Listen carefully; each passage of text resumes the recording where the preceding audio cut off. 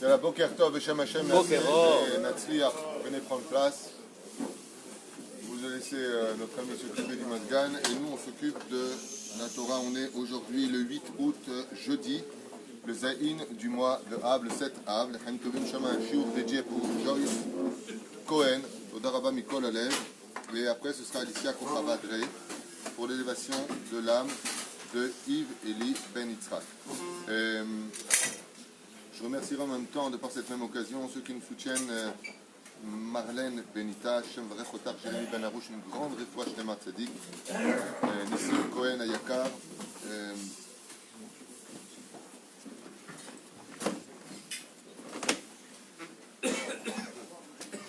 réfoua Shlema pour Simone, Bat Hana, Anna Elna Refanala, Bezrat Hashem, Lama Meira Vemeira Mamash. Just a minute. Simon Daon Ayakar, Toda Rabba pour ce que tu fais. Morgan Zribi, Shemetan Motar ve Irma Aoui. Mamash, Toda Rabba. On est à 2 jours du 10. Ceux qui peuvent nous aider par le biais de PayPal ou virement, ce que vous pouvez. Tavo Alechem, Beracha Alechem Tovim Shalom. Moi, je suis aussi pour Ginette Shoshana Bat Mesaouda Michael. Michel Malka Bat Mesaouda Yaakov Bin Nun Ayakar. Et sa petite fille, Morat Miakdosha Torah, Adi Bat Ela, Anna Larfanala, Shirel Perla Simcha Bat Alison, Sarah Talia Bat Efrat Miriam, Itamar Israël Ben Dalia, Salomé Chaya Bat Miriam, Meir Be Sarah Soufan, Aykarim, Asher Ben Moshe Jami, Yehuda Ben Eliaou, Yirmiaou, Abraham Ben Mesaouda, Ben Arouch. Leifatav Danim Leilou Nishmat, Yitzhak Ben Sassia, Marcel Bat Hassiba, Blanche Efrat, Bat Sarah, Bechol Mete Israël. Lenou Nishmat, Raja Bat Yasmina. Ok. Je voudrais vous parler aujourd'hui, pour le programme qu'on avait prévu, le dévier un petit peu. D'abord, avant tout, remercier l'extraordinaire communauté de Sidi Fredj à Natania. Et on a fait un shiur avec Amon Anashim, Zachinou, Baruch Hashem. Il y avait énormément de monde. C'était une très belle soirée sur le sujet du Khurban Bet Hamikdash et de la maison juive. Et j'aimerais maintenant avec vous dire quelques mots sur l'éducation, parce que j'entends beaucoup de choses avec lesquelles je suis un peu révolté, d'enseignements qui sont dits. Shivim Panim la Torah, chacun voit son éducation comme il veut la vivre. Alors, je pense qu'il serait peut-être temps de remettre un peu les choses à leur place. Tout ce qui est extrême et nuisible. Il y a une espèce d'enseignement nonchalant vis-à-vis de l'éducation de nos enfants, qui demande, à mon avis, en tout cas de ce que moi j'étudie dans mes livres, on n'a pas apparemment la même vision des choses, d'où l'expression « Assez le charav, ve tistalek minasafek ». Vous voyez, il y en a qui disent qu'on peut faire des teilim, il y en a qui disent c'est vrai, aval lo noagim le jour de Tisha B'Av. Donc tu vois ton rab qui te dit oui tu peux faire, tu peux faire, si elle dit je peux pas faire, je peux pas faire. Alors un Tunisien il te dit nous on mange des merguez pendant cette période. Tu vas voir le rab va dire Yosef, il te dit des merguez, excuse-moi, qu'elles soient séchées ou pas, c'est de la viande. Alors qu'est-ce que tu fais dans ce cas-là? Tu fais un rave, sinon tu deviens fou. Pas compliqué. L'éducation dans notre génération, la Gemara dans Sota, même tête, nous a déjà mis en garde et nous a dit que la dernière génération, l'éducation ne ressemblera en rien, à rien de toutes les autres époques précédentes. Rien. Il n'y a pas de rapport entre nous-mêmes qui parlons l'éducation qu'on a reçue de nos parents, les relations que nous avions avec eux et la génération d'aujourd'hui. Il n'y a pas de rapport. Il est certes que cette génération est beaucoup plus intelligente que la nôtre. Quand nous on était jeunes, on était moins intelligents, moins fifs que cette génération. Bon, en tout cas, on savait faire des divisions. Je ne suis pas sûr qu'eux savent le faire. Par contre, au niveau technologique, de la technologie, depuis que la technologie, elle est apparue et qu'elle a grandi, comme je l'ai expliqué hier à Natania, je reviendrai sur cette phrase très importante à propos de la faute originelle. Qu'est-ce qu'a créé la faute originelle? L'individualisme. C'est-à-dire que Ève était seule, le serpent pensait qu'à lui, Adam était seul, et c'est ce que dit Akadosh Baruch Hu, quand le serpent vient voir Ève et qui lui dit il faut que tu fautes. Pourquoi? Parce que Dieu a peur que vous deveniez comme lui. Au niveau du pshat, on parle de la connaissance, l'arbre de la connaissance du bien et du mal. Mais ça veut dire quoi? Être comme Dieu. Dieu est unique. Donc il a peur que vous aussi vous soyez unique. Alors qu'on était unique. Seulement la différence entre l'unicité et l'unité d'une personne, c'est qu'elle n'existe pas s'il n'y a pas de klal. Et ce qu'a voulu le Etz Hadaat, c'est unifier l'individualisme. Ça veut dire je suis moi, en fin de compte faire de nous des narcissiques, des centres du monde, des nombrils du monde, oui. Et ce n'est pas pour rien que l'enfant que nous avons dans le corps est toujours unique. Et il est nourri par quel lieu? Par le nombril. Pourquoi? Pourquoi pas le nombril? Dieu l'avait fait par le doigt, tout passe par le doigt. Alors, pour t'enseigner que la seule période d'un enfant quand il est unique au niveau du klal, c'est quand il est embryon. C'est-à-dire quand ses mitzvot à lui ne peuvent pas encore se réaliser. Parce qu'au niveau de la Torah, tes mitzvot ne peuvent se réaliser qu'au niveau du klal, de la généralité. Ce qui fait que le modernisme, pourquoi est-ce que nous on était plus heureux avant? Eh bien parce qu'on n'était pas unique. On avait beaucoup d'enfants, on était plein de frères et sœurs, et on était dans une pièce, dans deux pièces, et donc on vivait en communauté, en famille. On n'avait pas de problème de se prêter la voiture. Des fois, le jean, tu le mettais le matin, tu prêtes à ton frère l'après-midi. Aujourd'hui, c'est chacun sa chambre, son ordinateur, son bureau. Soit à moi, tu ne rentres pas dans mon univers. Avant, on mangeait à table. Aujourd'hui, le mec, il va, il prend dans le frigidaire, il met au micro-ondes. Et tu vas où? Mon fils, je vais manger dans ma chambre. Oh, la technologie, le Etz Hadaat, Alpi Kabbalah nous enseigne. Pourquoi c'est si grave que ça? Alors qu'on a un problème au niveau technique. Pourquoi? Parce que pour former le klal, la généralité, il me faut du prat. Ça veut dire que je ne peux pas créer une généralité si je n'ai pas des entités, des unités. L'unité reliée crée l'ensemble des choses. Comment je pouvais y arriver? Arrête, le Etz Hadaat est utile. On a besoin de cela. Et regardez ce qui se passe. Qu'est-ce qu'on appelle le Etz Hadaat au niveau de l'étude de la Torah? La Gemara, la Halacha vient du Etz Hadaat. Pourquoi? Rabbi Eliezer, il dit ce qu'il dit. Rabbi Akiva, Rabbi Yoshua, Rabbi Hanania, ils disent ce qu'ils disent. Et il n'est pas d'accord avec lui. C'est-à-dire que l'ensemble des choses vient d'une opinion personnelle, mais elle est partagée avec l'autre. Pourquoi? Parce qu'ils ont mangé d'abord le Etz Chaim. Quand tu manges du Etz Chaim, qui elle représente le klal d'Israël, tout Israël à part au monde futur, oui, ça veut dire que l'entité, en tant que peuple de notre éducation, ne peut pas se faire si moi je ne suis pas relié à toi. D'où les mesures du Aaron Haïdout. Ama vachetzi, tu n'es qu'une moitié. Comme on dit le shekel, mahatzit à shekel, tu n'es qu'une moitié. La Torah nous interdit de penser une seconde que justement ce côté moderne ne doit rien faire d'autre que nous unir et non pas nous diviser. Aujourd'hui, la différence qu'il y a entre avant et maintenant, c'est que les valeurs familiales nous unissaient. Papa, c'était papa. Maman, c'était maman. Les frères et sœurs, c'était les frères et sœurs. Aujourd'hui, on arrive à un tel degré d'individualisme où chacun ne pense qu'à lui, même aux dépens de la douleur de l'autre, que nos enfants et nous, vis-à-vis d'eux, eh bien, vivons quelque chose où l'or pas. Mon fils, ça fait 2 jours que tu es parti, je me suis inquiété. Pourquoi tu n'appelles pas? J'ai pas eu le temps. Comment ça, t'as pas eu le temps? Je comprends pas. Bon, j'étais occupé. C'est vrai, il y a juste un problème. Juste un petit problème. Est-ce que pendant ces 48 heures où tu ne m'as pas appelé, où j'étais inquiet, et que je t'ai quand même payé ton billet d'avion, que je t'ai quand même payé ça, pour l'oseille, on sait. Pourquoi tu n'as pas pensé en se disant, mince, peut-être que papa, peut-être que papa et maman sont inquiets. Peut-être qu'ils s'inquiètent. Zotaché l'acte de là. Le modernisme est merveilleux. Quel appareil, magnifique. La technologie, c'est extraordinaire, on peut opérer à distance. On peut faire des choses qu'on n'aurait jamais pu faire. C'est vrai que ça a créé plus de chômage, mais c'est quand même merveilleux la technologie. High-tech, magnifique. Tu viens pour aller d'un endroit à un autre endroit, tu mets Waze, invention israélienne, il te dit faites attention, à 100 mètres il y a un accident sur la gauche, veuillez vous mettre un peu sur la droite. Vous vous êtes trompé, faites demi-tour. Le problème c'est que tu es sur une autoroute. C'est la charrette de Waze. Il est en train de te mettre les boules. Mais qu'est-ce qu'il est en train de te dire? Vous avez remarqué que Waze, comme la technologie l'enseigne, elle ne s'adresse qu'à toi. C'est ce qu'expliquent nos sages. Le Etz Hadaat, pourquoi est-ce qu'il est très dangereux? La connaissance du bien et du mal. Parce que si tu n'as pas mangé de la Torah avant, le Etz Chaim, eh bien, ce qui va se passer, c'est que le klal, ce sera toi. Ça veut dire que tout le monde devra tourner autour de ta folie. Tout le monde devra tourner autour de ta façon de voir les choses. Et celui qui n'est pas content à ses dépens et à sa douleur va se faire cuire un œuf. Voilà pourquoi la génération aujourd'hui est tellement différente d'avant. Avant, nous avions les valeurs de la vie familiale. Autour de la table, on mangeait ensemble, on parlait ensemble. Quand il y avait des réunions de parents d'élèves, on y allait. Aujourd'hui, on ne comprend pas. On parle avec le professeur de l'école.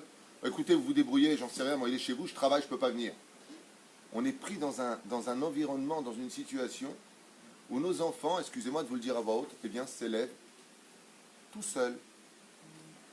Il y a une espèce, pas d'abandon, mais la vie nous a tellement pris pour la parnassa, tellement pris pour nos occupations, tellement pris pour notre individualisme, que ça se ressent au niveau de l'éducation. Et on le voit aujourd'hui, ne serait-ce que dans les couples. On est ensemble, mais en réalité, on est chacun pour soi. C'est malheureux à dire, je sais qu'on l'a souvent enseigné, mais dans un couple, par exemple, très souvent, quand je pose la question 1 plus 1, tout le monde me répond en général. Les philosophes me disent égal 1. Si toi et moi, c'est pour le monde entier, nous ne faisons qu'une unité. Génie diwan. Amen. Ça, c'est juste au moment de l'acte qu'on fait qu'un. Veillou les bassarechad. Mais très souvent, et ça, c'est la majorité des couples, 1 plus 1 égale 2. Il y a ta vie et il y a la mienne. Égale divorce. Pourquoi? Pourquoi égale 2? Et en français, sa racine vient du mot, c'est quoi 2? Dualité. Quand il y a 2, automatiquement, c'est qu'il y a un bras de fer. Dans la Torah, on nous dit que le fils qui est soreur au moré, à partir de quand on le met à mort? L'enfant qui est rebelle. La Torah nous dit à partir de quand on le met à mort. Il faut que les parents aient la même taille, la même voix. Même taille, même voix déjà. Mais imagine la maman dit, bien sûr, on a la même voix. La Torah, elle veut t'enseigner que quand les parents ont donné une éducation qui est unique, c'est-à-dire que les deux ont appris à leurs enfants de vivre au niveau du klal, de la généralité des choses. Si cet enfant reste rebelle, donc individualiste, sans penser à la douleur de ses parents, il leur manque de respect, ainsi de suite. Il boit du vin, il mange de la viande. C'est tout le talir du sorero moré qui n'a jamais existé, ceci étant. Mais l'enfant sorero moré n'a jamais existé, pas parce que l'enfant n'existe pas. L'enfant sorero moré n'existe pas parce qu'il n'y a pas de parents qui sont comme ça. C'est pour cela que l'éducation dans notre génération doit partir depuis la naissance. Très souvent, j'entends des parents qui me disent « Mon fils, il lève la main sur moi, mon fils, il me répond mal. » Encore hier soir. Mais des choses de malades. Des enfants qui crachent sur les parents aujourd'hui. Où est-ce qu'on va? L'éducation ne commence pas à partir de l'âge des 11 ans, 12 ans. C'est pas à cet âge-là qu'on éduque ses enfants. C'est depuis petit. Avec des parents qui marchent ensemble. Dans une éducation qui est toranique. Dans une situation où on apprend à nos enfants de penser à l'autre. Je vais vous dire un secret. Je ne raconte jamais le bien que je peux faire à droite ou à gauche. Sauf des fois à qui? À mes enfants. À mes enfants, il m'arrive de leur dire, tu sais, je vais partir en vacances, mais on ne sera pas seul. Pourquoi? Parce qu'il faut penser à lui et lui qui ne sont pas partis en vacances. Il va falloir penser.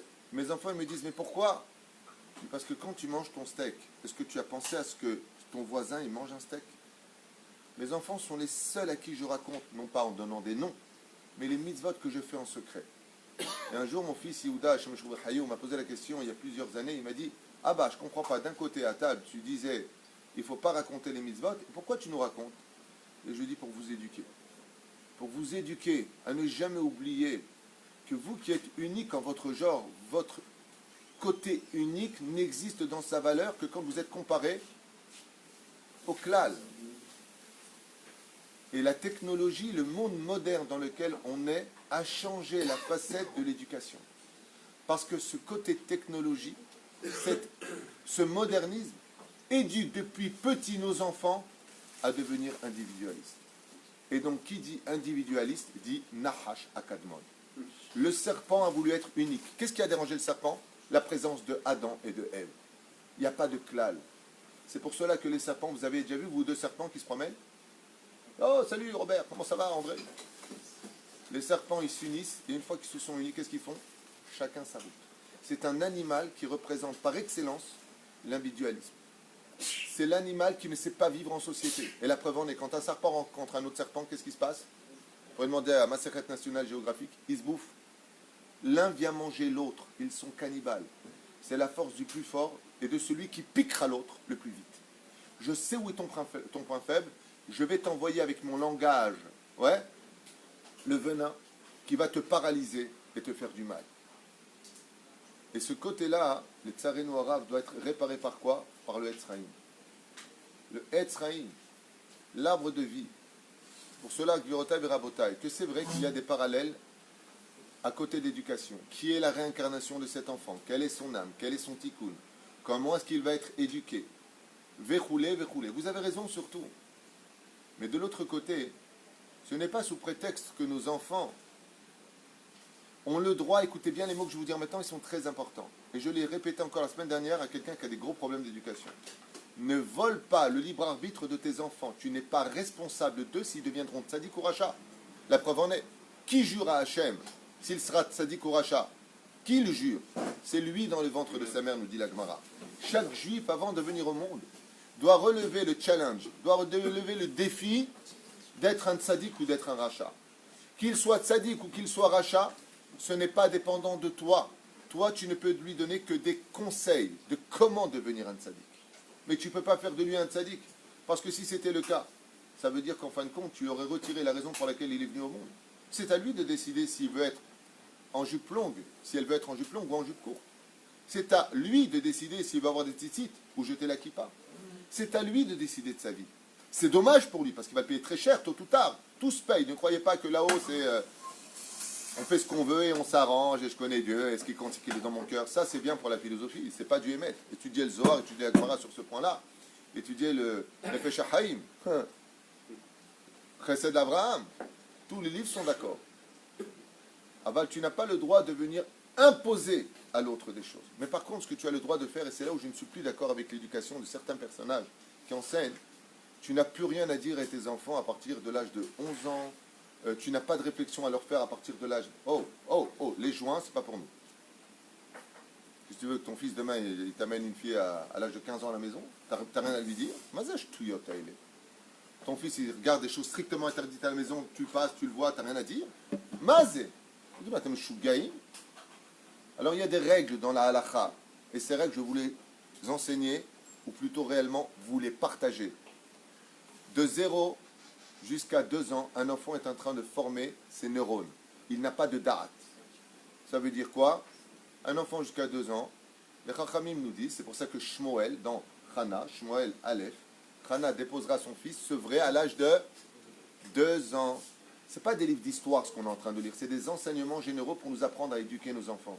Migil Efes Vagil Stein, nos enfants sont dans une situation de formation de neurones. Donc ils vont jouer, ils vont faire des bêtises, des maladresses. Il n'y a rien à faire. Pourquoi? C'est un temps de fabrication. De 2 ans jusqu'à 6 ans. De 2 ans jusqu'à 6 ans. Contre ces maudites lois de l'État, aussi bien en France qu'en Israël, maudites lois, nos enfants peuvent être éduqués et doivent être éduqués selon Midat HaChesed et Midat HaDin. C'est-à-dire c'est le moment propice pour inculquer à nos enfants qu'on ne fait pas ce qu'on veut dans la vie. Il y a des règles. De 2 ans, il est encore petit, mais ne vous inquiétez pas, ils comprennent. D'ailleurs, eux-mêmes vous le disent, les enfants sont géniaux.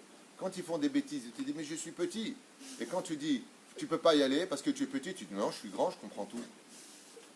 Même lui, il rigole à côté. Il y a un petit enfant, il est mort de rire.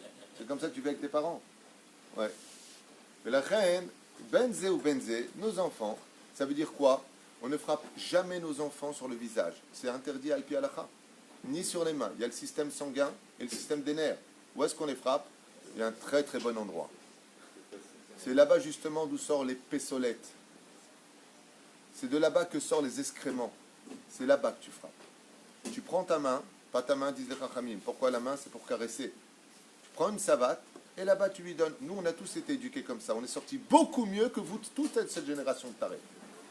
Pas une génération de tarés, c'est du Lachonara. Excusez-moi, je reviens en arrière. Mais je parle dans le sens où, non, faut faire attention, on n'a pas le droit de dire ça. Je me reprends. C'est la génération de ce que vous voulez. Je ne prends pas de risque. Ce qui est extraordinaire, c'est la génération du Machar. C'est pour ça qu'il faut faire attention. Mais en tout cas, nous, on a été éduqués comment? On a été éduqués à tu fais bien quand la kava, tu fais mal, tu te prends un tanné. Comment on est sorti? Très bien. Tout va bien. Aujourd'hui, on nous interdit de reprendre nos enfants. Nous, ça n'existait pas de faire des crises. Tu es à la boutique comme ça, tu faisais une crise. Nous, à notre époque, avant de faire une crise dans un magasin, on réfléchissait 4 fois, 5 fois avant de se dire est-ce que le jouet que je vais prendre, il vaut la tannée que je vais me prendre. Aujourd'hui, tu viens, ton enfant, il fait une crise, tu le prends par la main. Attention, madame. Qu'est-ce qu'il y a? Vous faites mal, appelez la police. Vous faites mal de quoi? Je ne parle pas de ces tarés qui frappent leurs enfants, qui les punissent violemment. Remettez les choses dans leur contexte. Parle d'une éducation normale. Je parle d'une éducation pour les enfants. Pourquoi? Parce qu'un enfant a besoin de connaître ses limites. Et comme je l'ai dit hier à une femme qui souffre énormément de son éducation, mais madame, on ne peut faire à l'autre que ce que l'autre nous permet de faire. Si un enfant se permet de vous cracher dessus, c'est que vous lui avez permis, vous, de lui cracher dessus. Moi, jamais ça viendra à l'esprit de mes enfants de penser qu'ils pourraient me cracher dessus. Oh, allez. Ni petit, ni grand aujourd'hui. Jamais. Pourquoi ça ne peut pas venir? Parce que dans mon éducation, j'aurais appris que ce n'était pas possible d'y arriver à la pensée.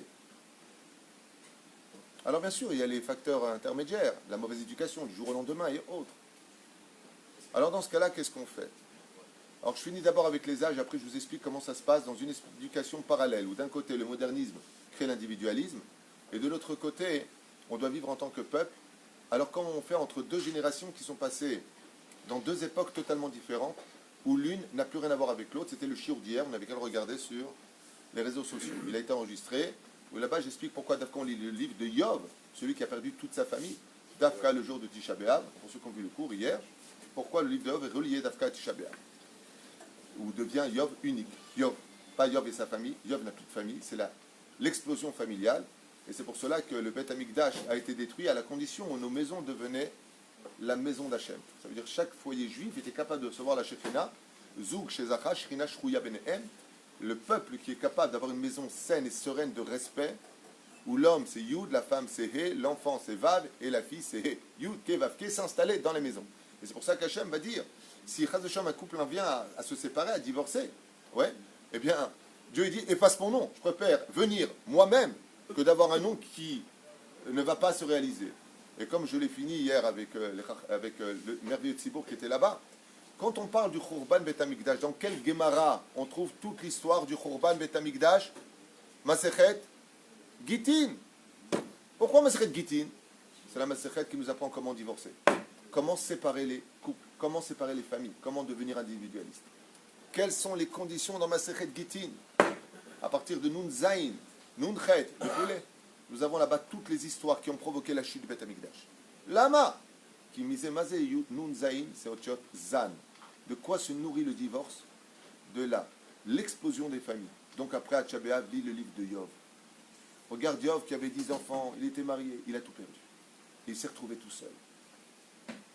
Zéperouch Adavar, que dans notre éducation, on doit faire très attention d'une règle principale du judaïsme, les mishpechotam, les vetavotam. Apprends à tes enfants à vivre en famille. Que papa c'est papa, maman c'est maman. Que lui n'est qu'un enfant.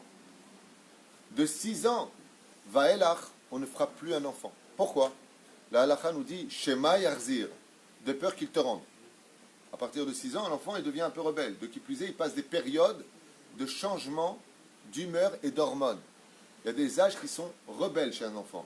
7 ans, c'est un âge un petit peu rebelle, remise en question, il grandit. L'âge le plus difficile, 13 ans. Ensuite, pourquoi? L'enfant change. Il devient réellement un homme. Si la Torah nous dit qu'à 13 ans, il devient un homme, c'est parce qu'il y a un changement chez lui, de responsabilité. Donc s'il veut devenir plus responsable, c'est qu'il veut plus d'indépendance. Donc arrête de me dire ce que j'ai à faire. C'est normal qu'un enfant ne veuille plus écouter ses parents à l'âge de 13 ans. Pourquoi? Parce qu'il est dans la phase de devenir un homme ou une femme à l'âge de 12 ans. Donc si je deviens un homme et une femme, je reste dans le klal, mais je demande mon indépendance, ma atzmaout. J'ai besoin de prendre mes responsabilités. Donc je suis beaucoup moins réceptif en tant qu'enfant à tes demandes et à tes appels, parce que je suis en train de m'occuper de moi-même. J'ai rendez-vous, ça s'appelle dans la psychologie, le rendez-vous avec soi-même. Après ça, il y a encore un autre âge. Et la Torah nous met en garde. Comment s'appelle cet âge? Bah, Yosef, à quel âge il avait? 17 ans. Ben Jva Esres Shana. Vas-y, 17 ans, 18 ans, qu'est-ce qu'on en a à faire? Non, la Torah vient t'apprendre une chose. Ben Shpona Esre la Choupa. La 23e Mishnah de Masechet Avot, 5e chapitre, nous dit à 18 ans la Choupa. La Choupa, c'est une responsabilité de créer justement l'union. Donc, qu'est-ce qui se passe à cet âge de 16 ans, 17 ans? Ça s'appelle non pas l'âge de la remise en question, mais l'âge de la révolte. C'est l'âge de la révolte. Tommy Nastam, à 16 ans, on fait déjà son permis. Je veux conduire ma propre vie. On n'écoute plus du tout ses parents. Il y a un acte de révolte qui dit maintenant, je suis un homme. Et arrête de me voir comme un enfant. J'ai grandi. Et on fait des bêtises. On joue avec le sexe. On regarde des choses qui ceci, cela. On joue déjà les papas et mamans, en d'autres termes. Ça ne veut pas dire que c'est bien, mais ça veut dire que c'est un âge qui demande beaucoup de pédagogie. Et là, c'est un âge où Nos sages nous disent que les parents doivent faire un pas en arrière. Laisse-leur un peu d'espace, mais toujours en étant près d'eux. Tant que tu gardes les valeurs familiales, d'avoir été près d'eux depuis petit à les habituer, de parler avec papa, de parler avec maman, de savoir que c'est une famille qui est unie, qui s'aime, qui n'est pas là pour se juger, mais pour s'aider, pour s'entraider. Alors ton enfant il viendra toi-même te parler. Ton enfant il viendra manger avec toi. Papa, je peux te parler? Pourquoi? Parce que depuis petit, tu lui as montré que tu l'aimais. Depuis petit, surtout, comme le dit le Rav Nissim Yagen, la génération du Mashiach aura besoin de beaucoup d'amour. Oui, mais pas 100% d'amour. Amour avec règles dans la vie. Écoutez bien les mots, je n'ai même pas dit le mot midatadine. Dans la vie, il faut des règles. Alors moi, je veux bien que mon fils, tu grandisses. Ma fille, je veux bien que tu grandisses. Pas de problème. Je t'aime, je te donne tout, on va te marier, on va te faire kiffer, on est là pour toi, tu n'es pas seul. Seulement, de l'autre côté, il y a des règles. Et ces règles-là, c'est comme le permis de conduire. Si tu passes au feu rouge, tu vas faire un accident, ça ne va pas le faire. Que tu aies tes révoltes, que tu fumes le Shabbat, que tu as envie de te mettre en jupe courte, fais ce que tu veux. C'est entre toi et Dieu. Tu as raison, maintenant tu as un âge où on ne peut rien faire. Seulement à la maison, ici, il y a des règles. Ce n'est pas des règles de Torah que je te demande. C'est des règles de vie générale. Tu n'as pas le droit de vivre dans ton individualisme. Un père n'a pas le droit de voir la nudité de ses enfants. Il n'a pas le droit de voir. Ni pour aller à la piscine, ni en jupe courte à la maison. Vous l'avez fait. C'est un manque de respect. La fille, elle s'assoit en face de son père, une jambe sur l'autre, mini-jupe. Que tu veuilles le vivre, c'est dommage, parce que dans le ciel, ça se paye très cher. Que tu le veuilles, tu y crois pas, tu es content, tu n'es pas content. Vous connaissez mon principe. Gilet jaune, panneau, va au kotel, dis pas content. Va te révolter si tu veux là, celui qui te l'a demandé. C'est pas nous, Moshe Rabbeinu, c'est pas nous qui avons donné la Torah te le demande. Et oh, il va voir pour ces femmes qui ne sont pas de sniout. Mais ça, c'est encore un autre sujet. Mais que tu ne veux pas être pudique, c'est ton problème. Tu veux fumer le Shabbat, c'est entre toi et Dieu. C'est pas entre toi et moi. Moi, j'aurais de la peine parce que tu es de ma famille. J'ai de la peine parce que je sais où est le Hémet.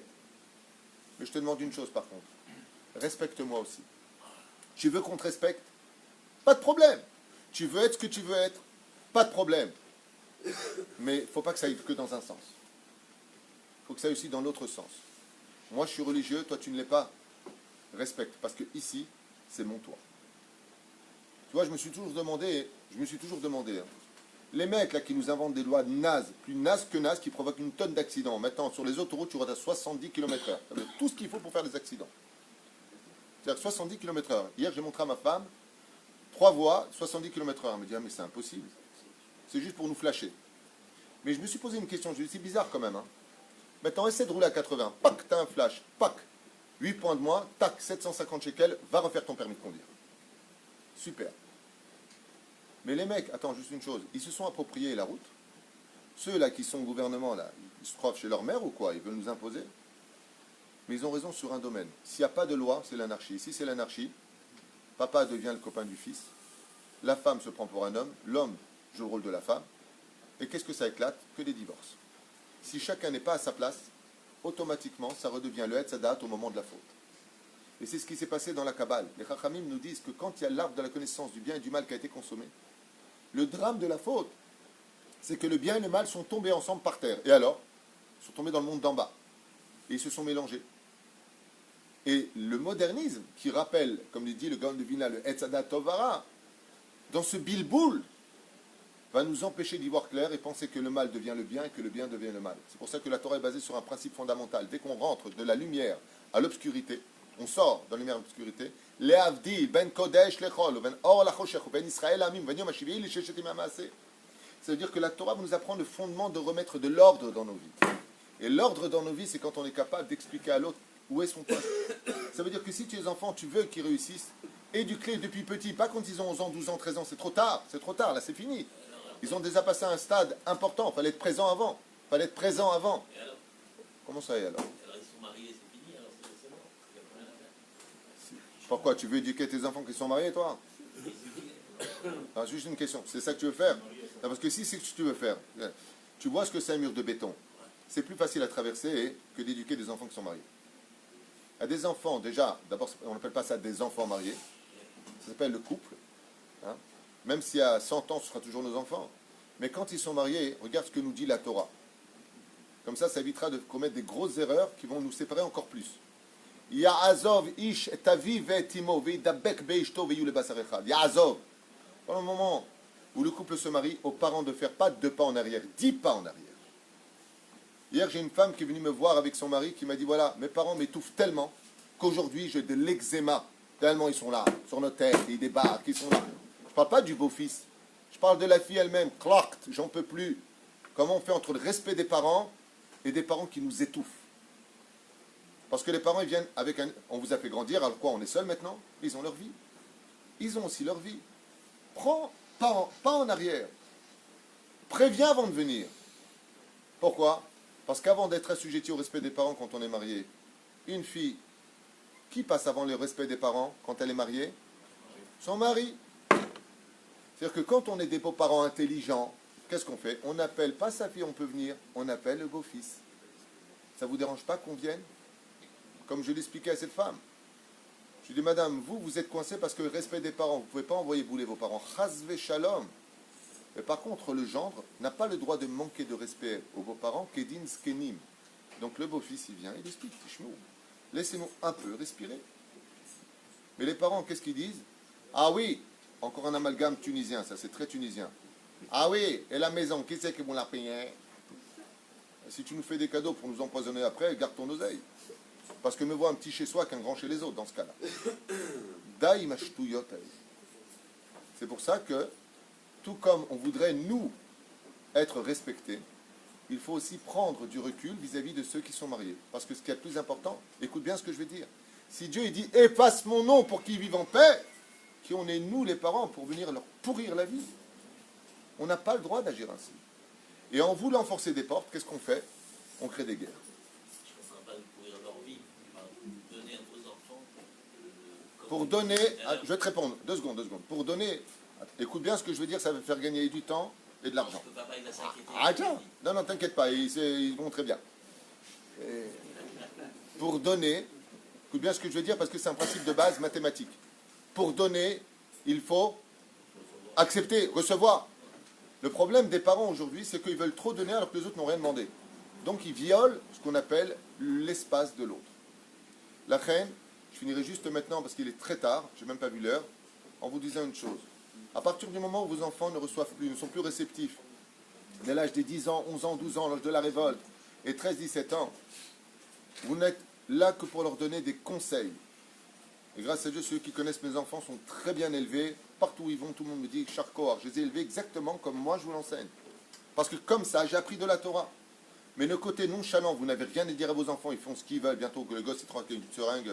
Ça va fils, attention, hein, pas trop d'overdose. Oh, je ne sais pas ce qu'ils fument les gens, mais ça suffit avec ces bêtises. À partir du moment où il y a des règles à la maison, ça n'a plus rien à voir avec une question de Torah, de pas Torah. C'est une question de vivre en société. Tu veux fumer le Shabbat, pas à la maison, baba. Tu ne parles pas au téléphone à table. Ici, c'est une maison qui est Shomer Shabbat. Et j'entends des rabbinim qui disent vous n'avez plus rien à dire à vos enfants. Tiens, Moshe, c'est qui la gonzesse avec toi, qui est complètement à poil, qui sort de la chambre? Papa, t'as pas entendu ce qu'il a dit, Rav? Faut rien me dire, je fais ce que je veux. 2 claques dans la tronche, oui. Mazaj touyotel. C'est quoi cette éducation ratée qu'on enseigne à nos enfants? Baba, ta maison à toi, elle doit être propre. Mahane Kadosh, c'est marqué dans la Torah. Ta maison, elle doit être propre. Tu veux faire tes bêtises, tu dois éduquer à l'autre. Tu veux m'imposer des choses? Il n'y a pas de problème, va les vivre dehors. Ici, on vit en société. Ici, ta mère, elle a le kissou, moi j'ai une kippa sur la tête. Ça te plaît pas. Tu veux jouer grand? Va-t'en. Waouh, qu'est-ce qu'il est dur comme enseignement. Vous avez raison. Vous avez raison. Ouvrez juste la Torah. Qu'est-ce qu'il a marqué quand Adam et Ève, il a dit on fait ce qu'on veut à Dieu? Tu veux vivre ça? Il lui a dit Hachem, pas chez moi. Tu veux jouer les grands? Va t'assumer dehors. Vous inquiétez pas, après 2 semaines, sur un banc, chez un copain, dis-moi, tu vas pas rester là. Papa, je peux rentrer? Tu rentres, il n'y a pas de problème, mon fils. Si Dieu nous reçoit pour Yom Kippour, il nous pardonne, je ne te pardonne pas. Mais à quelles conditions? Ne recommence pas. Apprenez à vos enfants, et je vous le dis à voix haute, arrêtez ce côté, j'ai fait des gosses, ils font ce qu'ils veulent. Surtout quand ils vont chez les autres ou à la synagogue, ils te pètent tout chez les autres. Ils te sautent, ils t'ouvrent la porte, ils te pètent la porte, ils te payent les machins, et toi, tu as le père qui est là, nonchalant. Mazage, tu es tel, oui, mais ce sont des enfants, c'est comme ça que je les éduque. Mais va crever avec chez eux. Va chez toi. Qui te casse tout chez toi, mais pas chez moi. L'éducation sur le dos des autres. Rishaim bedarga rishona.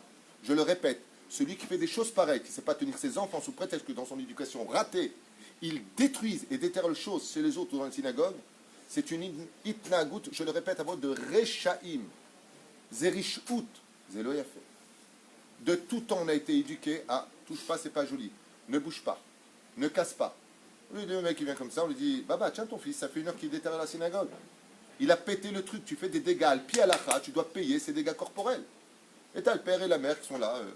Ouais, mais nous, tu comprends? On n'éduque pas comme ça. Pas de problème, chez toi, pas chez les autres. Ne viens pas pourrir ton éducation ratée sur le dos des autres. C'est pas comme ça qu'on éduque des enfants. Parce que le Zohar nous a appris que la règle première d'un homme et d'une femme, c'est qu'on a besoin de connaître nos frontières. S'il n'y a pas de territoire, comme on l'apprend dans le livre de Yoshua bin Nun, Parashat de Mas'é, Parashat Kilakon Matot, qu'est-ce qu'on apprend? Chacun son territoire. Si tu veux vivre en paix comme la nature vit parfaitement en harmonie, si les hyènes vivent en paix avec les lions, c'est parce qu'ils ont leur territoire sur lequel chacun urine. Si tu veux vivre en paix, connais tes limites. Et ainsi donc, tu vivras, même si tu es différent de l'autre, même si tu n'es pas d'accord avec l'autre, dans un ensemble de familles, dans une famille unie et ensemble. Pourquoi? Parce que je connais mes limites. Je veux fumer, où tu vas? Je descends en bas, je suis désolé, je ne suis pas encore prêt pour Shabbat, je sais que ça vous dérange, mais moi, à mon niveau à moi, j'ai 18 ans et j'ai envie de fumer. Je te respecte, je vais prier pour toi parce que l'éducation dépend à 90% au moins de la prière, si ce n'est pas 100%. Mais il y a une règle dans la vie. Parce que moi, ça me fait rire que quand dans les bureaux, tu vois tout le monde descendre en bas sur le trottoir parce qu'on n'a pas le droit de fumer, sous peine de prendre une amende de 5000 shekels si tu fumes dans un bureau. Vous savez ça? Si les pakachim passent dans les bureaux, dans les couloirs du bureau, c'est 5000 shekels d'amende. Et tu les vois tous descendre à la fenêtre comme ça dehors, en train de fumer. Alors je ne comprends pas, il faut te mettre une amende pour être compréhensible. Alors là-bas, tu as peur de prendre une amende. Et chez tes parents qui sont religieux, tu n'as pas honte de sortir en petite jupe et de fumer? Tu veux le faire, fais-le. On va t'expliquer que c'est pas bien, des belles histoires avec la chassidou de Rabbi Nachman, du Rabbi Lubavitch. Oui. Mais ne viens pas commencer à me prendre ma tête pour des toilettes et prendre mon oreille pour une chasse d'eau. Ne viens pas me faire sur la tête, ça veut dire. Apprenez à vos enfants depuis petit que dans la vie, il faut avoir beaucoup d'amour, beaucoup d'humour, mais aussi d'apprendre les frontières à vos enfants. Si vous commencez depuis petit et ainsi, Bezrat Hashem, ça vous donnera des enfants merveilleux, avec beaucoup de prières de Teilim, beaucoup de shalom à la maison, beaucoup d'amour à la maison. Et si vous vous prenez la tête, surtout pas devant les enfants qui perdent confiance en eux. Et ainsi donc, vous aurez une éducation. Peut-être réussie ou pas, j'en sais rien. Mais en tout cas, tous les ingrédients auront été mis dans le plat pour donner un bon goût et un meilleur avenir à notre descendance. Baruch Adonai l'olam amen.